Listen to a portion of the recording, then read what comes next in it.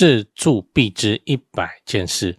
装潢只顾好看，最后可能全部拆掉重做。先说结论哈，装潢最可怕的不是花太多钱，而是把不该省的都省掉了，最后不只是钱吐回去哦，还要加倍奉还。嗨，我是买房阿元，订阅买房阿元，我先祝你老了有房也有钱。我们上一次影片聊了台湾重回亚洲4小龙之首，还没看过的话可以看一下。那今天我想跟你讨论，装潢最可怕的不是花大钱哦。这次来聊一个新闻，标题我念一下：装修最怕不是花钱，设计师接3大漏水区域，一处没注意，修缮费恐喷10万元。哦，那内容是这样，就是有一位室内设计师分享了一个很经典的漏水案例哦。屋主的厨房的水槽下面墙壁上有一颗可以转的小开关，它长这样。这个叫三角反耳啊专业的名称三角反耳那一般大概就加止水阀就可以了。然后图片上这个是新式的那个中古一堆也不是长这样这时候是要额外装的，这你应该也看过，只是不知道它叫这个名字。那这个止水阀就长期微微渗水，会用滴的，所以屋主也不知道它有问题。那什么时候被发现呢？楼下邻居来敲门说天花板烂光，觉得应该是楼上漏水渗到楼下天花板去。那屋主当然就到处排查然后最后查到橱柜打开一看里面积水了。那橱柜的木板烂光也就算了角落缝隙还长出香菇所以整套厨具看起来也只能拆掉重做重新做防水，整套花下来超过10万，这一定超过了。你现在我也不是很懂为什么这新闻就写10万。首先他把这个厨具整个拆掉，因为他要换嘛，都发霉嘛。好，那拆掉以后他重做防水然后再买一套新的厨具给它按上去。光新的厨具我在南部我们这样的价格都已经要6、7、8万了那他说这样子全部只花10万，我是觉得有点扯，有点少了。台北的那个厨具如果你的面积大一点你一组花到13万很正常，因为什么人造石台面对不对？然后烤漆玻璃，然后选特规的颜色奶茶色，然后新式的橱柜还要洗一个槽，然后要装那个线灯现在还是感应的怎么高级怎么来，然后底下还要洗碗机，上面还要烘碗机这个花起来一定是不止10万。所以你要知道最常见的3大漏水区域那我们就来讲说，你家如果发生漏水，最有可能出现的3个危险区域在哪？来，第一个就讲了嘛，橱柜下方。橱柜下方是这样，谁没事去巡啊？你先去看你家厨房那个下方门一打开，是不是里面都装外面拿回来有没有塑胶袋什么有没的堆成那样你要把它拨开你才看得到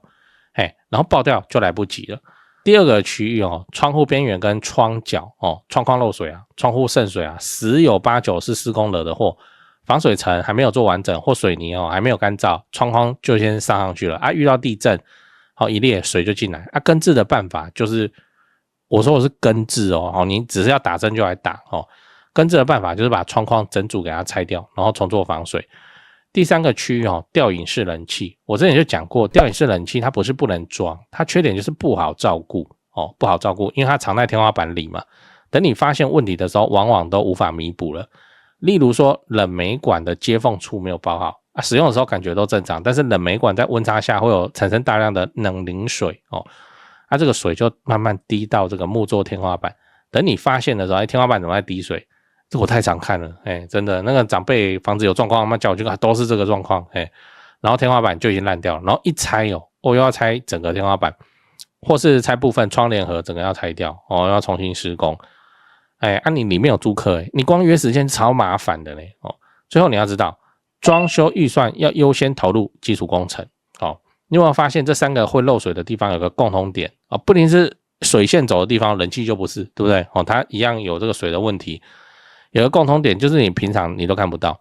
这也是新手在做装潢很常见的问题，砸大钱在看得见的地方，例如说漂亮的系统柜那个人造石台面但是最快出问题的地方却是那些看不见的。当然我知道说现在房子很贵，很多人付完头期款以后身上没什么钱，装潢就会选便宜嘛能怎么便宜就怎么便宜嘛。那往往就是这个能怎么便宜就怎么便宜在那边出问题。如果你要省的话我反而会建议你往看得见的地方去省，例如说电视墙先不做，然后把钱拿去抽换全屋电线因为看不见的东西不是只有水还有电，漏水还算是小事电线走火就是大事，这种钱省下来哦，就是拿全家的生命安全去赌，或是你就是拿一个租客的生命去赌哦，我是不敢的。顺便提一下，你抽换电线的时候，要不要就顺便连插座一起换？通常都会一起换，反正没多少钱哦。你不请水电一起帮你换插座，通常都会一起换啦，反正就是这样嘛，国际牌星光嘛哦。那不然你现在不弄，你之后看插座不顺眼想要换的时候，哎，很麻烦啊，那个油漆啊什么的都会受影响哦。讲完了，我们整理一下，今天我讲的装潢最可怕的不是花大钱，而是看不见的地方出问题你不知道。那我也跟你讨论了橱柜下方、窗框边缘、吊顶式冷气，厕所就不讲了哦。反正有漏水问题先查厕所，其他有可能的嫌疑犯就是这3个哦，这3个算容易漏水的区域。结论就是，如果装潢的预算有限，最好是先留给基础工程，免得你现在省小钱，未来花大钱。最后我想问你哦，如果装潢预算不够，你会先砍哪一个？ A. 砍电视墙，以后有钱再做。 B. 砍防水，我就赌它不会出事。 C. 主卧双人床改单人，反正我都睡沙发。在讲八卦之前来点干货，很多朋友会问我说，阿元你房地产做这么久有没有口袋名单啊？这不就来了吗？扫一下这个 QR code， 我有的牌都在这里了，进去先点影片看我介绍，让你心里有个底哦，然后就可以直接加他们的 LINE 了。买卖房子，台北找销店，高雄找林店，美术之星，这2位都是我的大前辈，我有问题也是直接问他们，你就直接敲就对了。如果你双北要装潢汉一室内装修嘛，很多观众朋友合作以后都觉得很满意。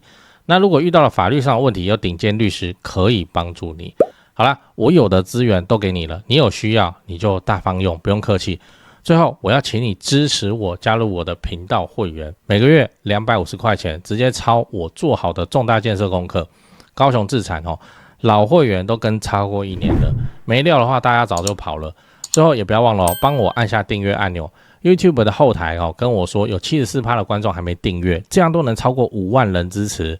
如果你还没订阅，麻烦先按一下哦。买房阿元 logo 旁边那个可爱的按钮，对，点下去就对了。这样我离10万订阅又更近一点，拍片的动力也会暴增。按好了吗？感谢你这么挺我，祝你老了有房又有钱。讲八卦哦，讲八卦。我接下来分享我的经验我都是中古屋我的中古很古哦，25年哦以上的到35年的这种哦，所以我讲的东西比较都是很中古会遇到的。市场中有专门做老屋翻新的，什么60年透天，我还去看过一个透天屋龄85年的，那个的状况又不一样。好，总之中古屋省小钱，然后最后要花大钱处理的，在我看来就是基础建设没有把它当时做就把它花掉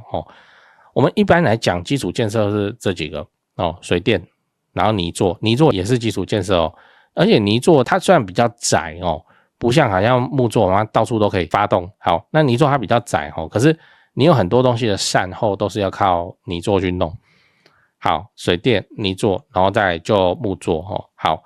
那其中我现在看起来，我个人认为重要程度最高的就是水电水电，因为其他的泥作可以自己学着弄，真的我弄当然不漂亮不会有专业的泥作师傅弄了，我说的是专业的市场中多的是阿萨布鲁的当然没有那么专业那么漂亮泥作厉害要有多厉害，就是直接就给他几个原料，他砌出一个喷水池就是这样。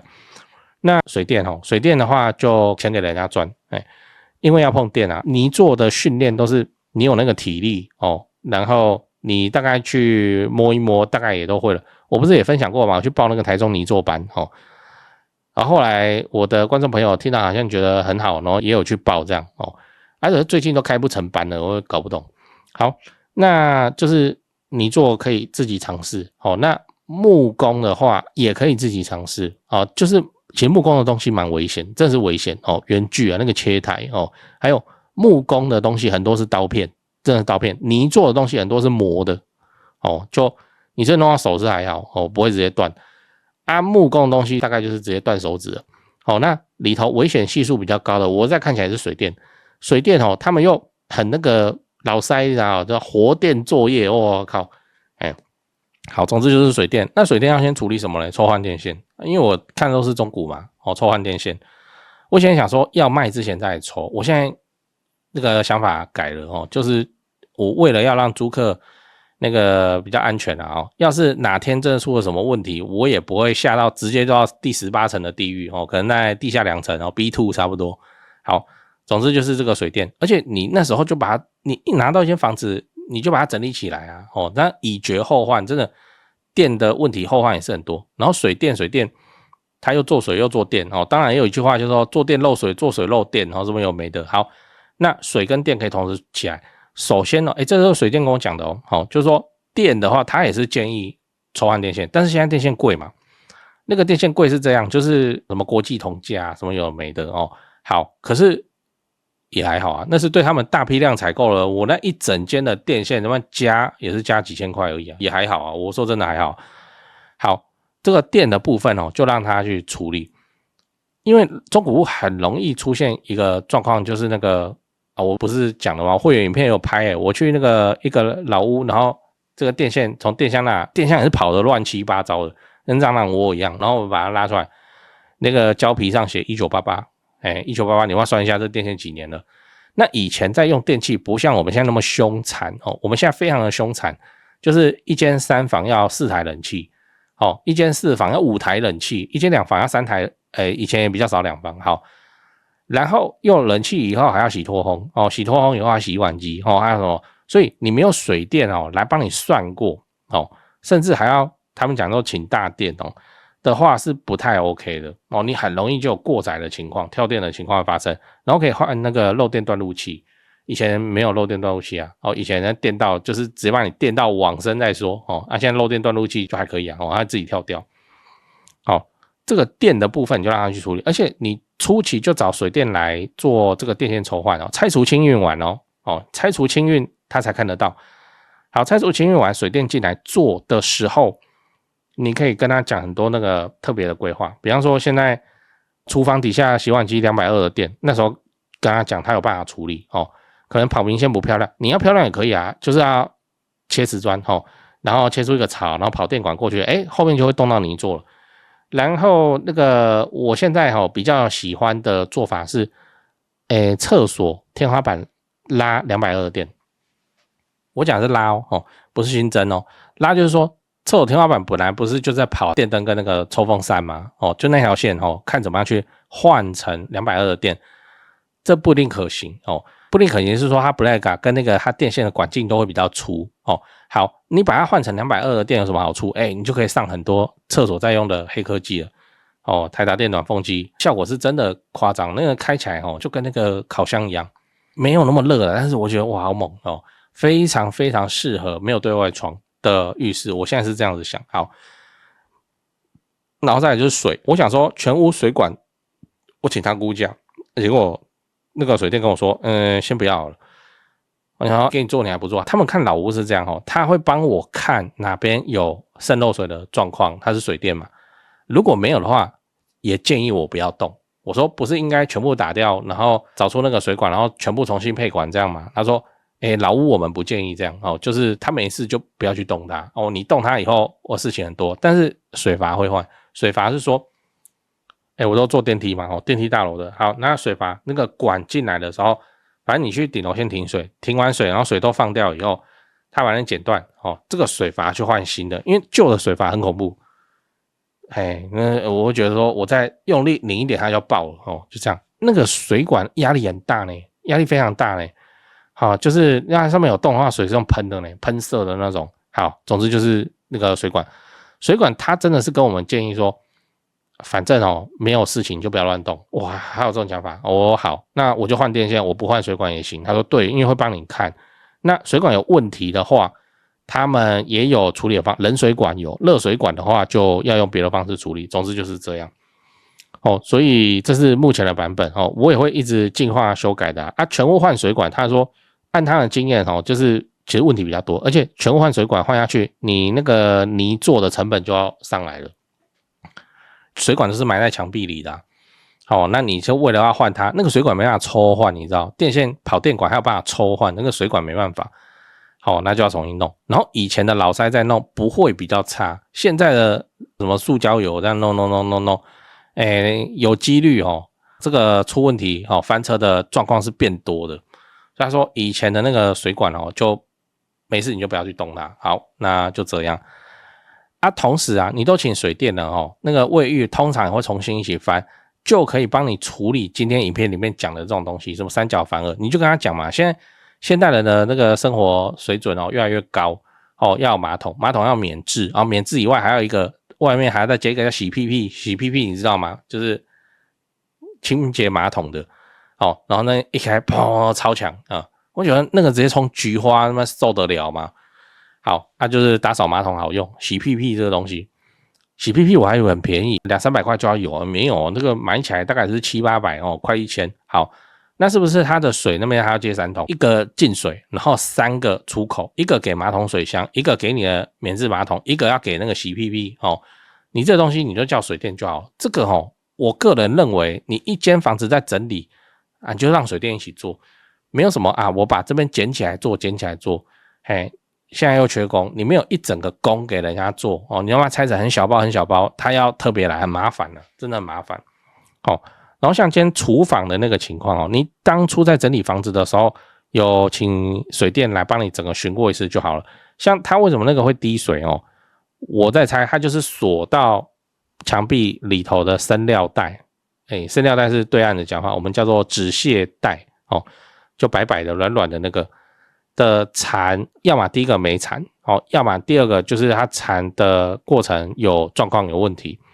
它的顺的纹路缠，然后用反的方式锁之类有没的状况这个东西滴水就立马看不出来反正就是这样，因为它就是滴，而且它用水的时候才会滴，这就是抓漏难搞的地方。那还有那种就真的不知道是也不是水它是埋在墙壁里面的渗水，然后一样是给你渗到楼下，根本你家是完全没事，可是楼下天花板毁了，然后很多莫名其妙的状况，你请水电来弄，然后水电说我不是抓漏靠，我想水电不是都给你们吗？他没有，那个抓漏很特别很专业他们还要打压力什么的就是处理水电的情况。总之就是这样跟你讲，初期那个水电的钱不要去省做完这个基础建设，剩下就还好，对不对？剩下就是所谓的天地壁窗灯，